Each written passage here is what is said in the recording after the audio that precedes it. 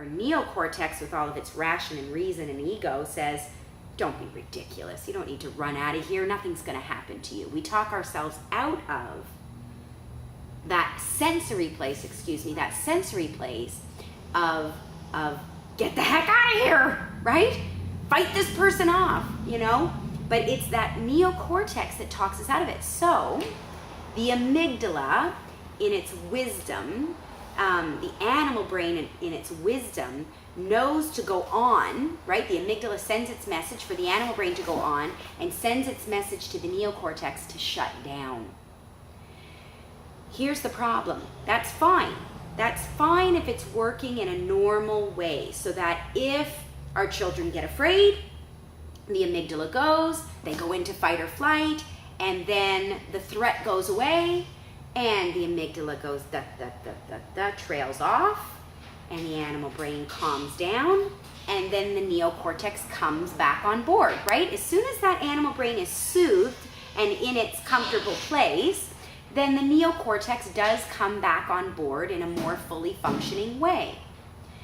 With extreme stress or trauma, what happens with that amygdala is that eventually there is an accumulation of extreme stress or trauma on the brain over time, an accumulation of stress on the nervous system over time, that eventually that amygdala fails to stop sending the message of fear to the animal brain. It's called the kindling effect of the amygdala.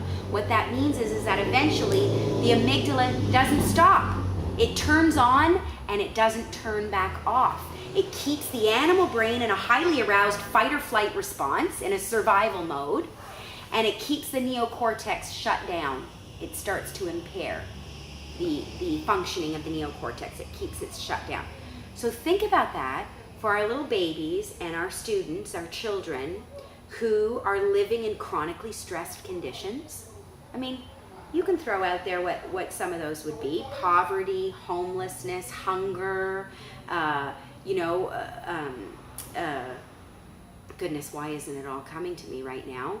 But every form of stress you can imagine, even going from house to house in a divorce situation or a separation situation where mom lives over here or dad lives over there, and they're moving from here to there and wondering when they're going to see the other one again.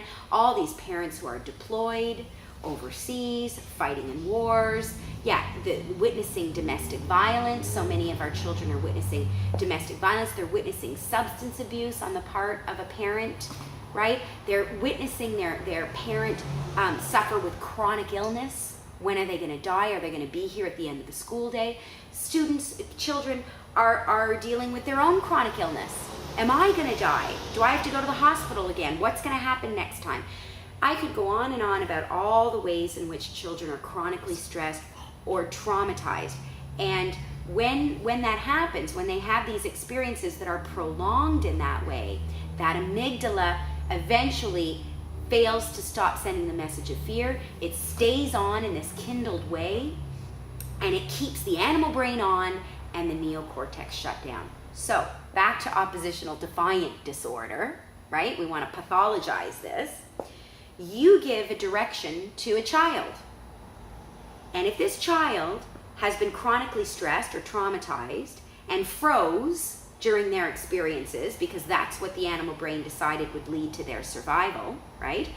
Then they have the tendency now, because the way the brain develops, that those neural connections for freezing found each other, right? They froze in that condition. So neurons for freezing fired, found each other, formed a neural connection, and now make it more likely that that child is going to continue to respond in a freezing type of a way. So that when you give them a direction, right, you're speaking with words to the part of the brain that is shut down, right? So the part of the brain that processes words is impaired. It's shut down in a child who's been chronically stressed. It's their animal brain that's alive and well. They're in a survival mode. They're in a fight or flight response. They're in a highly aroused place, right? So if we want to communicate with them, we have to do it through sensation. We have to do it through sensory experiences, right? That's how we soothe the animal brain and we get the neocortex back on.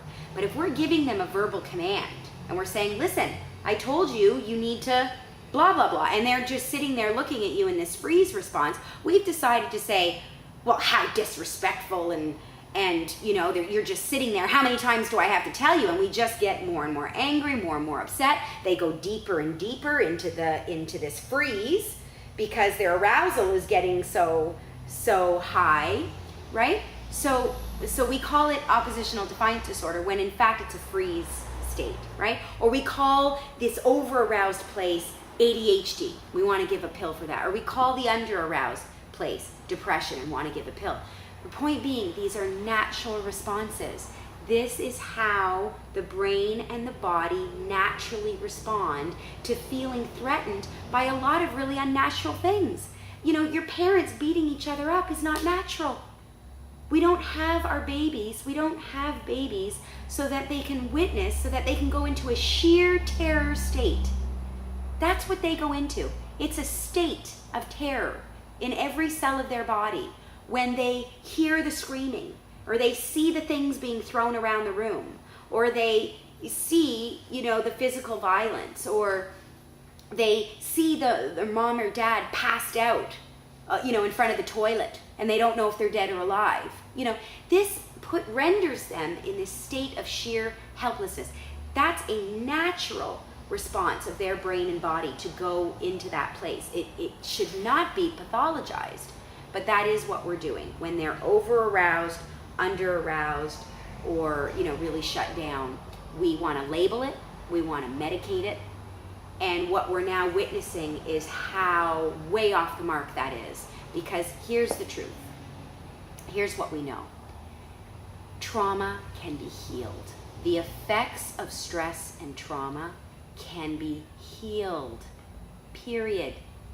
These are not lifelong conditions that can only be managed with medication and therapy. No. This over-aroused place, this under-aroused state, right?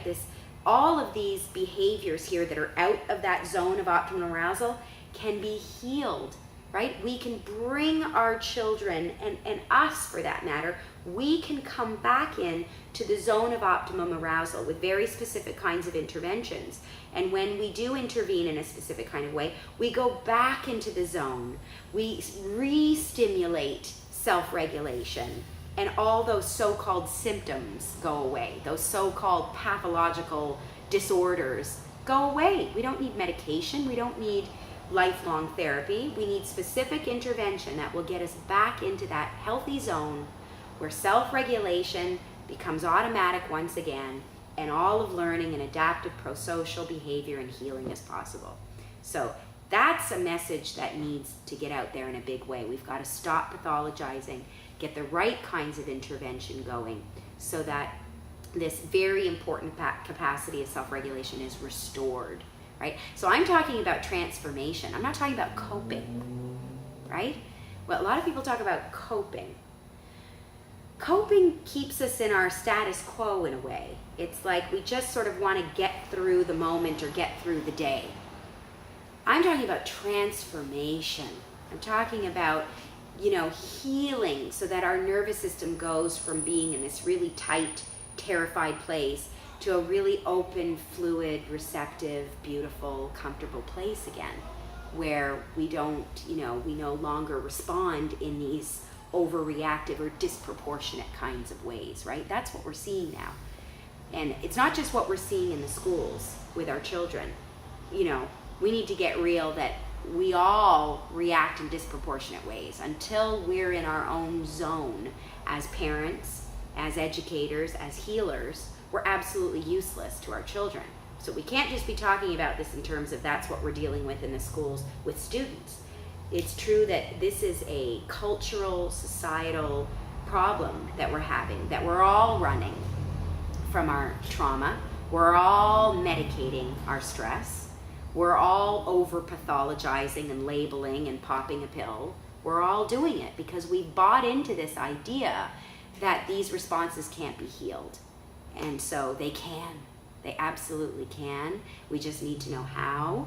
and we're going to talk about how and get on with the business of living with joy and vigor.